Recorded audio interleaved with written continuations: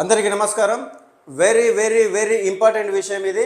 తల్లిదండ్రులు ఖచ్చితంగా గుర్తుంచుకోవాల్సిన విషయం. ఎందుకంటే 18 సంవత్సరాల నుంచి నిండిన ప్రతి ఒక్కరు కూడా ఓటు వినియోగించుకోవాల్సిన సమయం ఆసన్నమైంది. ఈసారి పోతే మళ్ళీ 5 సంవత్సరాల వరకు కూడా మీకు ఓటు హక్కు అనేది వినియోగించుకుందామన్నా వినియోగించుకోలేకపోతారు.